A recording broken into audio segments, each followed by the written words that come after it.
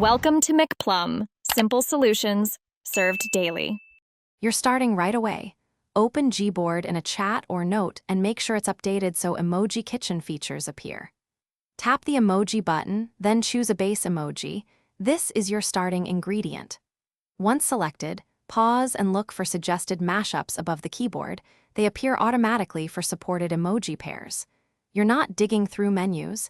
You're creating instantly by selecting suggestions. Try a face plus food or animal plus object to see multiple. Once you've picked a starting emoji, experiment with different second emoji choices to reveal new sticker variants. That's how the system generates creative blends. Tap suggestions to insert or press and hold a sticker for a larger preview. Drag it into a message field to paste. If you need specific results, search emoji by keyword, then pair the found emoji with faces or objects to expand options. Make sure to try emoji across categories. Sometimes unexpected combinations produce the best stickers. To finish, tap a chosen sticker to send it in your conversation, or long press to copy it and paste into other apps. If Emoji Kitchen suggestions aren't showing, first clear Gboard's cache and data or toggle keyboard permissions. That often restores features.